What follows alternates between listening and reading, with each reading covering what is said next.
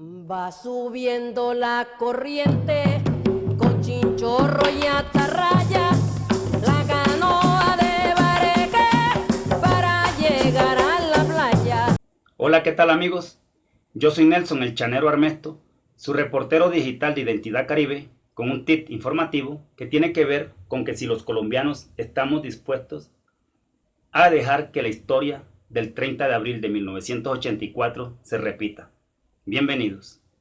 Va subiendo la corriente con chinchorro y atarraya, la canoa de Bareque para llegar a la playa. Colombia es un país narcomafioso. Colombia hace rato está poseída por las mafias. Y las mafias, nosotros tenemos un Congreso con corazón de mafioso, con corazón de hacendado. Unas mafias se han apoderado del control político en el país. Y quienes se han atrevido a desafiarla, la historia cuenta que los han asesinado. Y tendríamos que remontarnos a esa historia ya bastante contada de Jorge Eliezer Gaitán. Y los que lo asesinaron siguieron en el trono y le heredaron eso a sus nietos, a sus hijos, a bisnietos. Y después lo intentó Jaime Pardo Leal, lo intentó Bernardo Jaramillo Osa, lo intentó Luis Carlos Galán Sarmiento. Lo intentó incluso el mismo Álvaro Gómez Hurtado después del secuestro que cambió su mentalidad política. Y ya ustedes conocen el resultado. ¿Y quiénes siguen gobernando este país? Los mismos que ellos acusaron de pertenecer a una escalada mafiosa que gobierna este país. Qué casualidad, ¿cierto? Que ellos sí siguen impunes, sin ir a la cárcel, burlándose de un país y se buscan, se tiran juego en temas que les convienen, temas populistas, pero cuando tienen que defender y escudarse en temas de corrupción, todos se abrazan.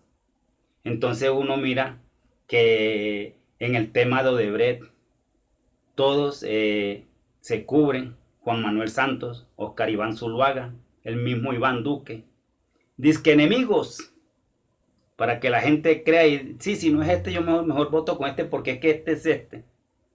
Entonces se terminan al final abrazándose para cubrirse. Y el 30 de abril de 1984, el representante a la Cámara, aún no descubierto tan de frente que era Pablo Escobar, el ministro de Estado de esa época, el ministro de Justicia, Ricardo Lara Bonilla, en el gobierno de Belisario Betancourt, en el año 83, comenzó a hacer ese debate contra los narcotraficantes en Colombia. Y esa investigación de él lo condujo a que Pablo Escobar era el que sostenía a más de un mafioso, más de un político en el Congreso y en el mismo gobierno. Y que el capo de capos era Pablo Escobar. Y lo acusó. Y Pablo Escobar le citó a rueda de prensa y le dio plazo para que se retractara. Imagínense, porque él era una persona honorable, como esos que salen en televisión a través de RCN y Caracol, que a ellos son los que les dan el micrófono para que digan que son honorables, que son personas de bien. Y le dio 20 días para que se retractara. Luego Pablo Escobar, a través de un socio, otro narcotraficante, Evaristo Porra, le entregó un cheque, le hizo llegar un cheque al ministro de Justicia, Ricardo Lara Bonilla, con un solo objetivo: enlodar su imagen, desprestigiarlo en el país. Entonces salieron los medios de comunicación ya no a investigar la actitud o de dónde había sacado tanta fortuna Pablo Escobar. Ya no salieron a eso, sino a hablar del cheque que le había llegado al ministro de Justicia de esa época, Ricardo Lara Bonilla. Y desviaron toda la atención del debate que le estaba haciendo sobre el narcotráfico. Y salieron todos los congresistas a pedirle cuenta a Ricardo Lara. Enlodaron la imagen de Ricardo Lara. El objetivo era ese: enlodar la imagen de Ricardo Lara. Y después, ya con su imagen caída, pero él no bajó la guardia, él siguió dando, él no se dejó chantajear. Y siguió investigando y logró que el señor Pablo Escobar renunciara a su curul en el Congreso y que Estados Unidos lo metiera en la lista de narcotraficantes y le quitara su visa para ingresar a ese país. Yo quiero que recordemos un poco de ese pasaje triste para el país. Veamos un poco.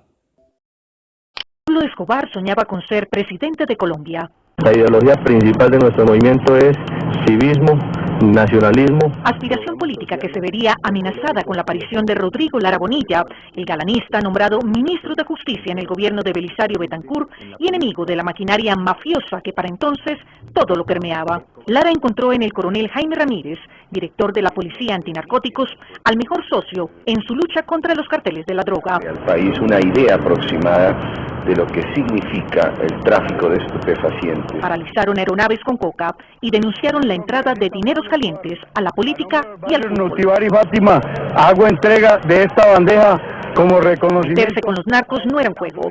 Escobar le tendió a Lara una trampa, filtrándole un cheque a su organización política. La salida de un ministro del gabinete porque lo considera incómodo para sus valiosos fines.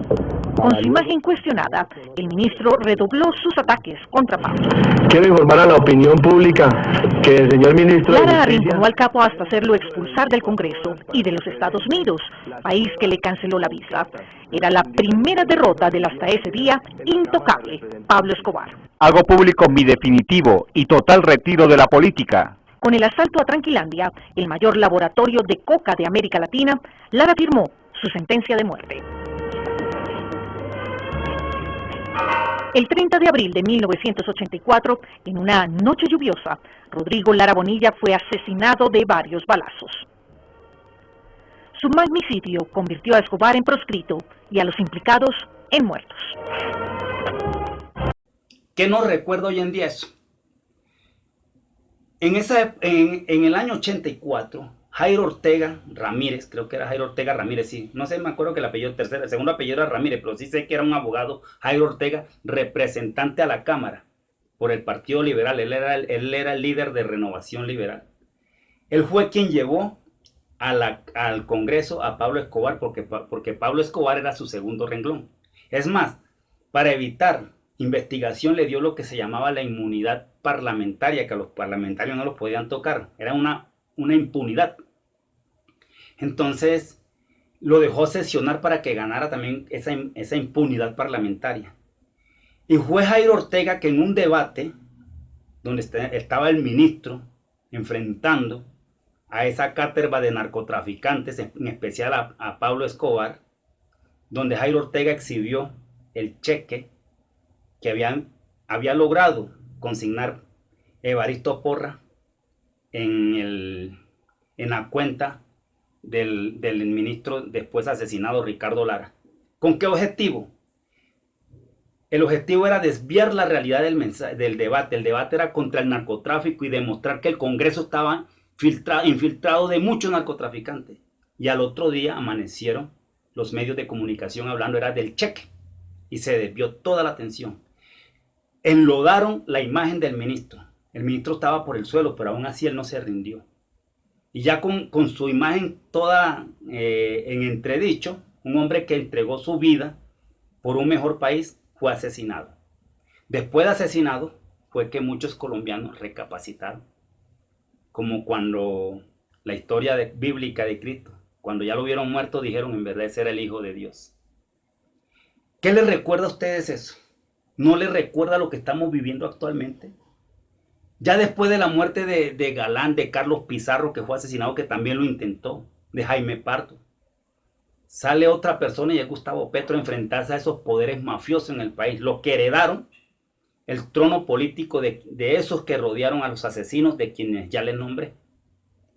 Entonces se atreve a enfrentarlos y la historia se repite. Y me pareciera ver a Jairo Ortega mostrando el cheque para enlodar la imagen y desviar el debate en Paloma Valencia cuando muestra el video, que ha puesto a todos los colombianos a hablar del video y se nos olvidó 2 muertos con cianuro, se nos olvidó el escándalo grande de Odebrecht y mafia y crímenes de Estado, se nos olvidó. Ahora lo más grave en el país es el video de Gustavo Petro, que en ese video no hay ningún delito. No es delito usted estar contando una plata, ahí no se habla de más nada. Pero es posible que ese dinero haya llegado también con un fin, el mismo fin que le entregaron el dinero a Ricardo Lara. Gustavo Petro, tengan la plena seguridad que el problema no es que lo pongan preso. Gustavo Petro ha estado preso 3 veces por su causa revolucionaria. Si él le tuviera miedo a la cárcel, crean que no los estuviera enfrentando. Lo que nos debe preocupar es que no vayan a atentar contra la vida de Gustavo Petro, porque se está repitiendo la historia del 30 de abril de 1984. Han enlodado su imagen, tanto así que para muchos colombianos, la clase política, toda habla. Yo no estoy diciendo de que él no deba dar explicación, tiene que darla. Y ojalá la dé, muy pronto.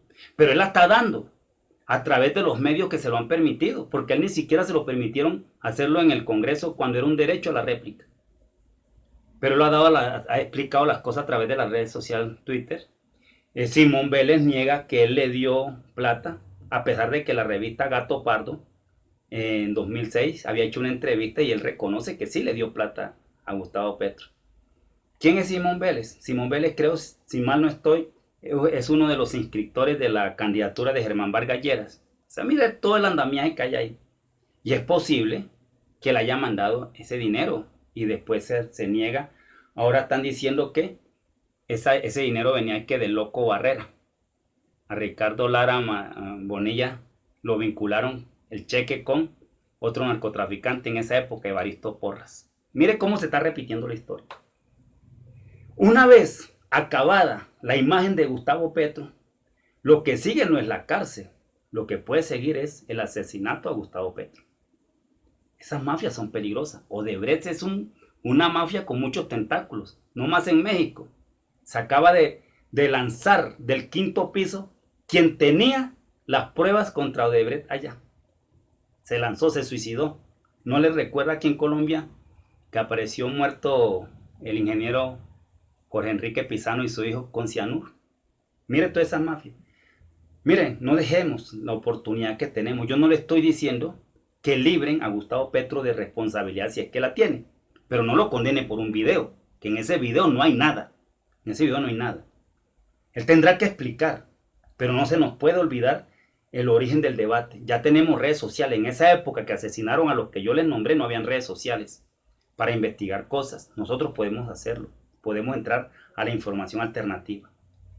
Muchas gracias a las personas que nos ven. Gracias por compartir este video. Ayúdenos a volverlo viral, porque entre más llegue a muchas personas estos videos de la comunicación alternativa, estaremos entregando un mejor país para nuestros hijos. Ya no para nosotros, para nuestros hijos. Opine a favor o en contra, pero hágalo con respeto. Opine, hágalo con mucho respeto. Comparta, sobre todo suscríbase a nuestro canal. Nosotros somos Comunicación Informativa. Al final quedan los saludos de las personas que entran a comentar con respeto. No importa que hablen en contra, aunque la mayoría que habla es a favor de lo que hacemos. Pero también aquí hemos saludado a personas que hablan en contra, pero lo hacen con respeto. Usted puede imponer su verdad con respeto. No olviden, soy Nelson El Chanero Armesto, su reportero digital de Identidad Caribe. Muy pronto estaré con ustedes con otro tip informativo. Va subiendo la corriente con chinchorro y atarraya.